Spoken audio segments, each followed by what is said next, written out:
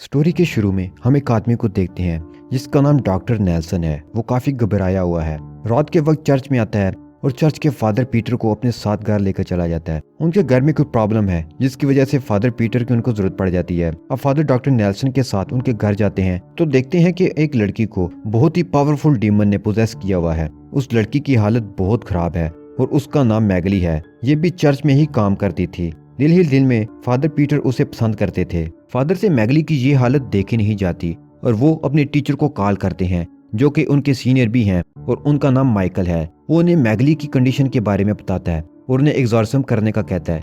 Father Michael कहते हैं कि 2 दिन वेट करो, अभी तुम्हारी ट्रेनिंग मुकम्मल नहीं हुई। फादर उनकी बात पर अमल नहीं करते और एग्जॉर्सिज्म शुरू करते हैं।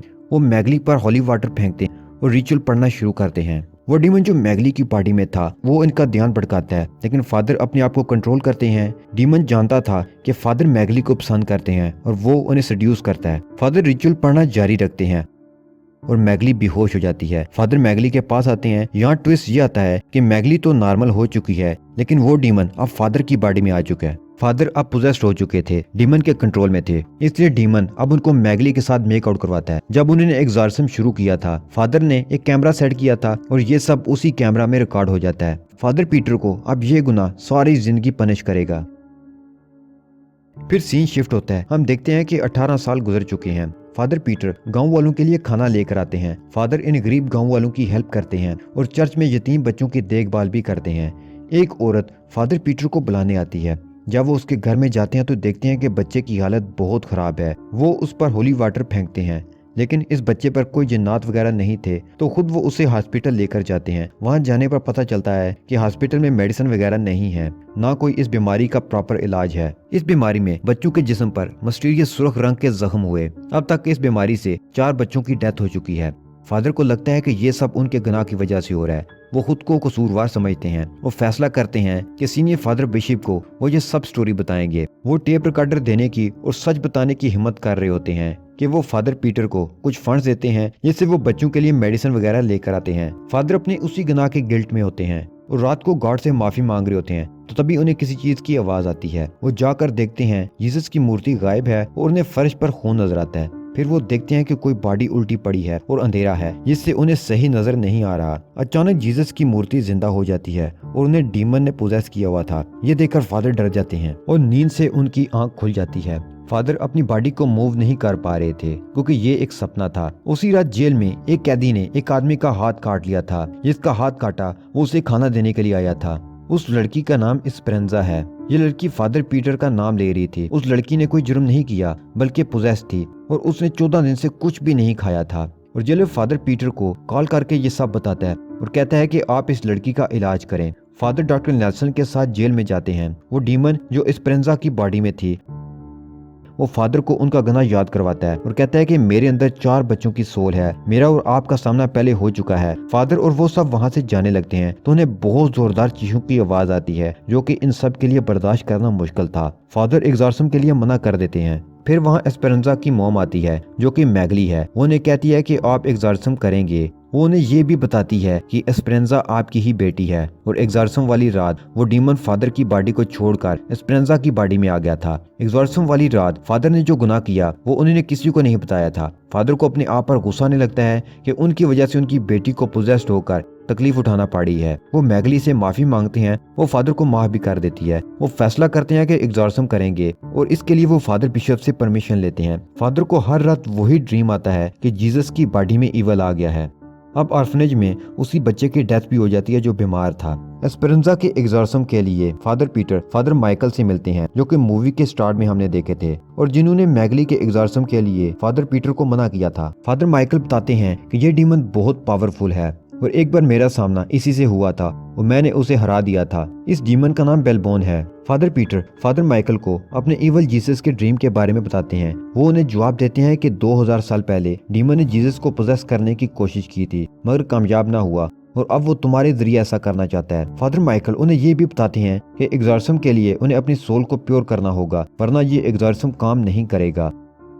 उसी रात ऑर्फनेज में सिस्टर कैमिला प्रे कर रही होती हैं तो वो देखती हैं कि मदर मैरी की मूर्ति गायब है और उन्हें ब्लड नजर आता है। उसे फॉलो करने पर वो देखती हैं कि एक चादर है। वो उसे हटा कर देखती हैं तो उसके अंदर एक मरे हुए बच्चे की बॉडी है। वो बहुत डर जाती हैं। फिर उन्हें मदर मैरी की मूर्ति दिखाई देती है, डीमन ने जिसे पोजेस कर लिया है। वो सिस्टर कैमिला को साथ ले जाती है। बच्चे बहुत डर जाते हैं और रूम को लॉक कर लेते हैं। रूम के अंदर कैमिला आती है जो अब पोजेस्ड हो चुकी है और बच्चों पर अटैक करने वाली होती है, लेकिन तभी वहाँ मैगली आती है और कैमिला को रोकती है। चीखों की आवाज सुनकर दोनों फादर वहाँ आते हैं और प्रेयर पढ़ते हैं। अब वो देखते हैं कि उन्हीं डीमन ने बच्चों पर अपना असर छोड़ दिया है और उनके जिस्म पर भी रेड कलर के जख्मों के निशान बन गए हैं। दोनों फादर एस्पेरेंजा से मिलने जाते हैं और डीमन बेलबोन को उकसाते हैं और वो डीमन फादर माइकल पर अटैक करके उनका एक कान काट लेता है। डॉक्टर नेल्सन जल्दी से एस्पेरेंजा को बेहोशी का इंजेक्शन लगाते हैं और वो बेहोश हो जाती है। हम देखते हैं कि इस जेल की बाकी लेडीज भी पोजेस्ड हो चुकी हैं और एक लेडी तो अपना सर दीवार पर टकरा रही है। दोनों फादर और डॉक्टर नेल्सन जेलर से कहते हैं कि हमें एग्जॉर्सिज्म करना है और जेल खाली करना चाहिए ताकि वो खतरनाक डीमन किसी और को पोजेस ना करे, लेकिन जेलर नहीं मानता। तो डॉक्टर नेल्सन कहते हैं कि वो सबको नींद के इंजेक्शन लगा देंगे। वो सब लेडीज को नींद के इंजेक्शन लगाते हैं। वो पोजेस थी और उन पर इस इंजेक्शन का कोई भी असर नहीं होता। अब रात के वक्त दोनों फादर एग्जॉर्सिज्म की तैयारी करते हैं। फादर माइकल फादर पीटर को अलर्ट करते हैं कि अब इस डीमन के बहकाने में नहीं आना। सच को झूठ और झूठ को वो सच दिखाता है और आपको अपने आप पर यकीन रखना है, तो तभी इस डीमन का सामना कर सकते हैं। अब दोनों फादर डॉक्टर नेल्सन और गार्ड के साथ जेल में जाते हैं और अचानक लाइट चली जाती है। डॉक्टर और गार्ड लाइट को चेक करने जाते हैं। डॉक्टर नेल्सन देखते हैं कि वहाँ गार्ड नहीं है और उसे ढूंढते हुए आगे जाते हैं तो उन्हें गार्ड की डेड बॉडी नजर आती है जो बहुत बुरी हालत में है। इधर डॉक्टर नेल्सन को कोने में खड़ी एक लड़की दिखाई देती है जो रो रही है और अपना हाथ नोच रही है।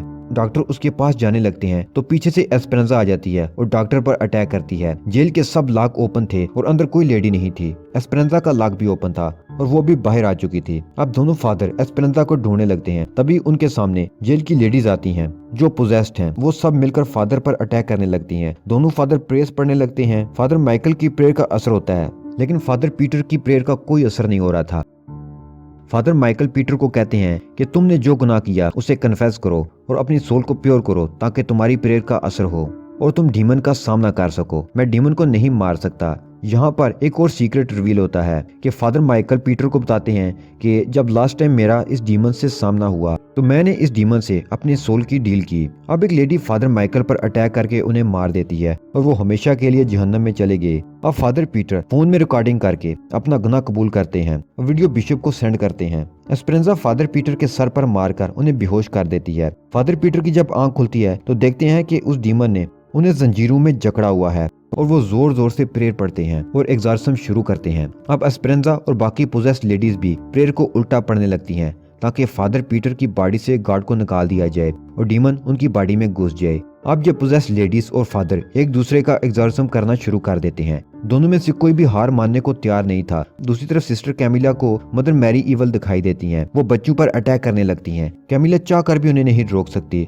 फिर इस डीमन बेलबोन और फादर के दरमियान एक डील होती है जिसकी वजह से वो बच्चे बच जाते हैं और एस्पेरेंजा भी। वो डील ये थी कि डीमन फादर की बॉडी से गार्ड को निकाल देगा और खुद अंदर दाखिल होगा।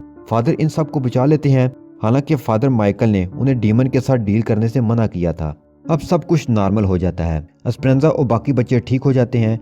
एस्पेरेंजा फादर का शुक्रिया अदा करने आती है और उनका हाथ पकड़ती है जिससे फादर का हाथ जल जाता है क्योंकि उन्हें डीमन ने पोजेस किया हुआ था। अब वहाँ बिशप भी आता है जो कि इस डीमन का फॉलोअर है।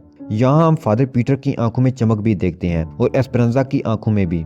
बिशप ने वो वीडियो डिलीट कर दी थी जिसमें पीटर ने अपना गुनाह कबूल किया था ताकि वो वीडियो वेटिकन तक ना पहुंच सके। जब डीमन पीटर की बॉडी में आया तो गॉड ने एस्पेरेंजा की बॉडी में एक फरिश्ते को भेजा जो कि डीमन का मुकाबला कर सके। बिशप ने फादर पीटर को वेटिकन में एक और अच्छी पोस्ट दिलवाई थी और अब वो डीमन वेटिकन तक पहुंच चुका है ताकि दुनिया पर हुकूमत कर सके। और यहीं पर इस मूवी का एंड हो जाता है।